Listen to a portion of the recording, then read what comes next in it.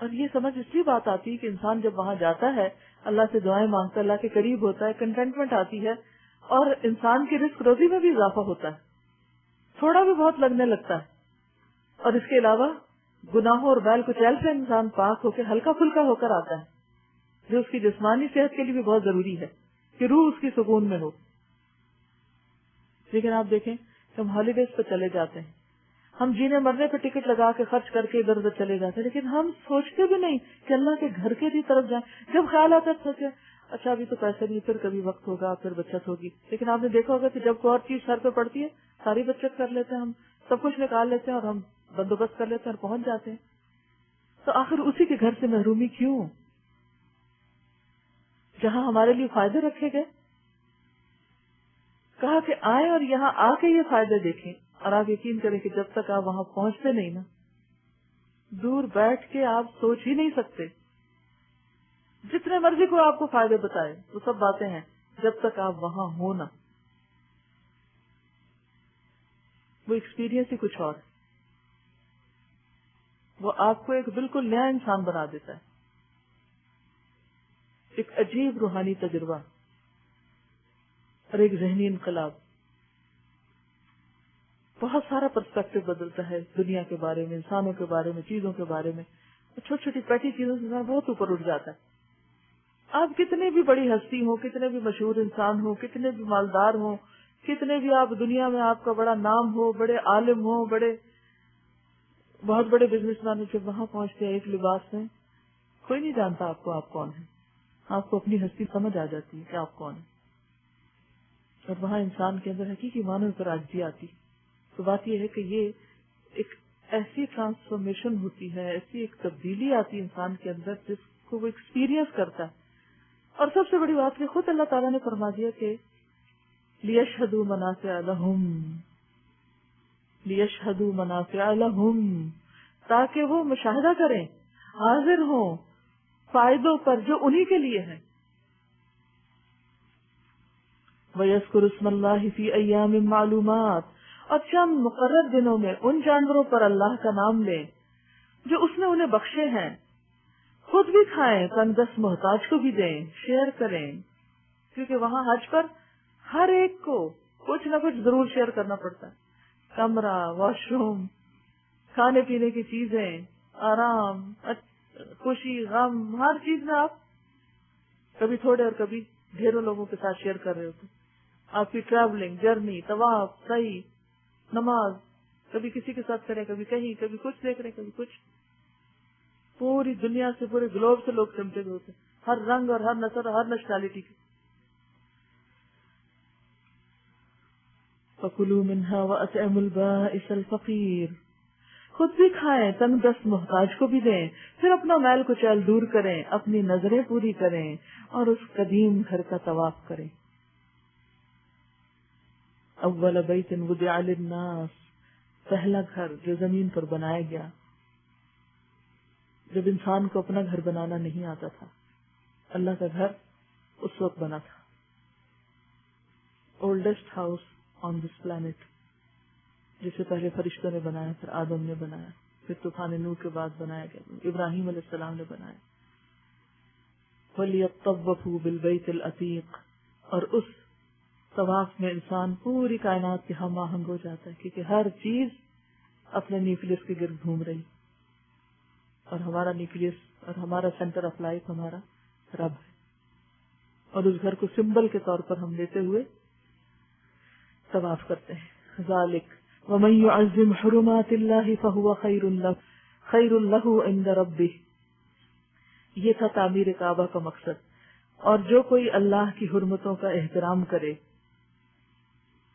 تو یہ اس کے رب کے نزدیک خود اسی کے لیے بہتر ہے، خود انسان کو فائدہ ملتا ہے اس کا. اللہ کا گھر محترم، وہ مسجد محترم، وہ سارے شاعر محترم. عبادت میں کچھ چیزیں ظاہری ہوتی ہیں اور کچھ باطنی ہوتی ہیں. نماز ایک ظاہری عبادت کے علاوہ باطنی تجربہ بھی ہوتا ہے.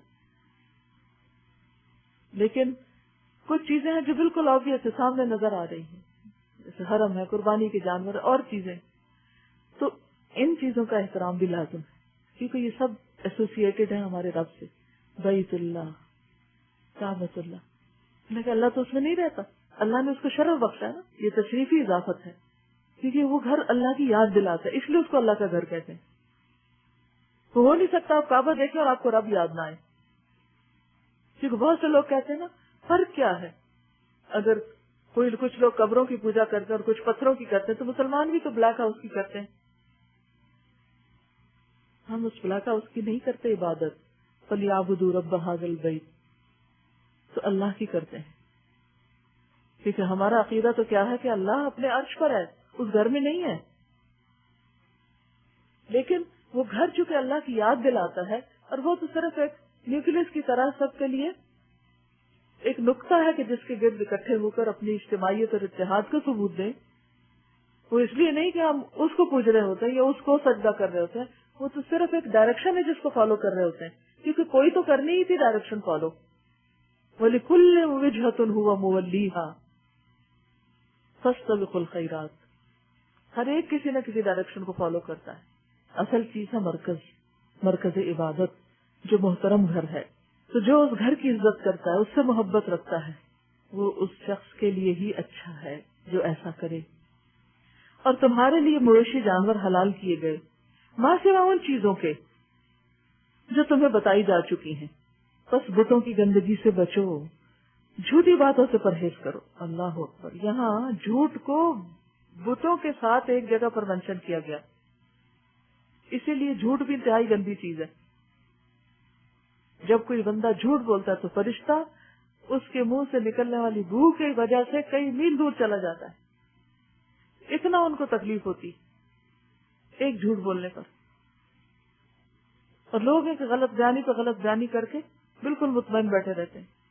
منافق کی سب سے بڑی علامت کسی حال میں قابل قبول نہیں۔ وجتنبو بولو نہیں، وہ تو کہا اجتناب کرو، اس کے پاس نہ پھٹکو۔ قول الزور، جھوٹی باتوں سے۔ حنفاء للہ غیر مشرکین بہ، یکسو ہو کر اللہ کے بندے بنو، اس کے ساتھ کسی کو شریک نہ کرو، اور جو کوئی اللہ کے ساتھ شرک کرے تو گویا وہ آسمان سے گر گیا۔ یعنی انسانیت کو اللہ نے جو بلند مقام دیا، تو ایسا انسان انسانیت کے درجے سے نیچے گر جاتا ہے، کیونکہ اللہ نے انسان کو عقل دی ہے۔ اب جب اپنی عقل استعمال نہیں کرتا اور پتھروں کے آگے جھکنے لگتا تو گویا عقل چلی گئی اس کی۔ اب یا تو اسے پرندے اچک لے جائیں یا ہوا اس کو ایسی جگہ لے جا کر پھینک دے گی جہاں اس کے چیسڑے اڑ جائیں گے، یعنی اس کا تو پھر انجام بربادی کے سوا کچھ بھی نہیں۔ یہ ہے اصل معاملہ، اسے سمجھ لو۔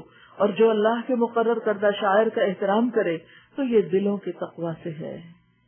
یہ احترام بھی تقویٰ کی وجہ سے آتا ہے، خود بخود آ جاتا ہے، کیونکہ جس سے محبت ہوتی ہے اس کی ہر چیز پیاری ہوتی۔ تمہیں ایک وقت مقرر تک ان ہدی کے جانوروں سے فائدہ اٹھانے کا حق ہے، پھر ان کے قربان کرنے کی جگہ اسی قدیم گھر کے پاس ہے۔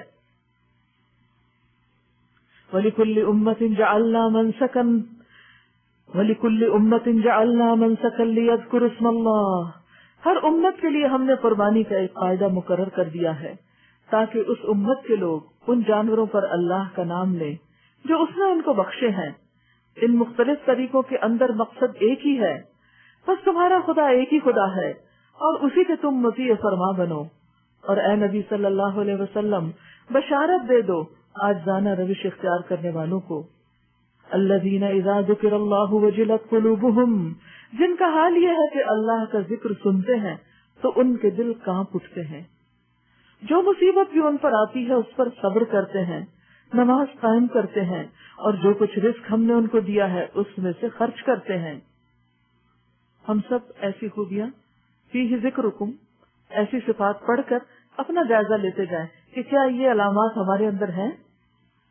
اور قربانی کے اونٹوں کو ہم نے تمہارے لیے شاعر اللہ میں شامل کیا، وہ بھی اللہ کی نشانیاں ہیں کیونکہ اس کے نام سے قربان ہونے جا رہے ہیں۔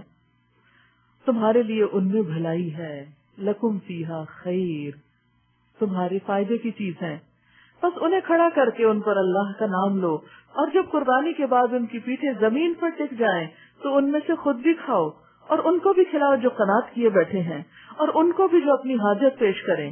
ان جانوروں کو ہم نے اس طرح تمہارے لیے مسخر کیا ہے تاکہ تم شکریہ ادا کرو۔ اگر اونٹ بھی شیر کی طرح ہوتا یا زرافے کی طرح تو کیسے ذبح کر سکتے تھے؟ نہ ان کے گوشت اللہ کو پہنچتے ہیں نہ خون، مگر اسے تمہارا تقوی پہنچتا ہے، دل کی حالت وہ دیکھی جاتی ہے۔ یوں ہی لگتا ہے نا کہ جیسے آپ مثلاً آپ کو کوئی ٹیسٹ ہو رہا ہوتا ہے، جیسے ای سی جی ہو رہی ہے، ہارٹ کا کوئی اور ٹیسٹ، ایکو ہو رہا ہے، ایک اور ٹیسٹ بھی، تو اس میں آلات تو آپ کے جسم پہ لگے ہوئے ہوتے ہیں، لیکن ریزلٹ کہاں دیکھا جاتا ہے؟ اسکرین پہ دیکھتے ہیں۔ تو ڈاکٹر کی ساری توجہ کہاں ہوتی ہے؟ آپ کی طرف ہوتی ہے، ادھر ہوتی ہے، ادھر ہوتی ہے، کیونکہ اصل چیز ہے وہ، آپ نہیں۔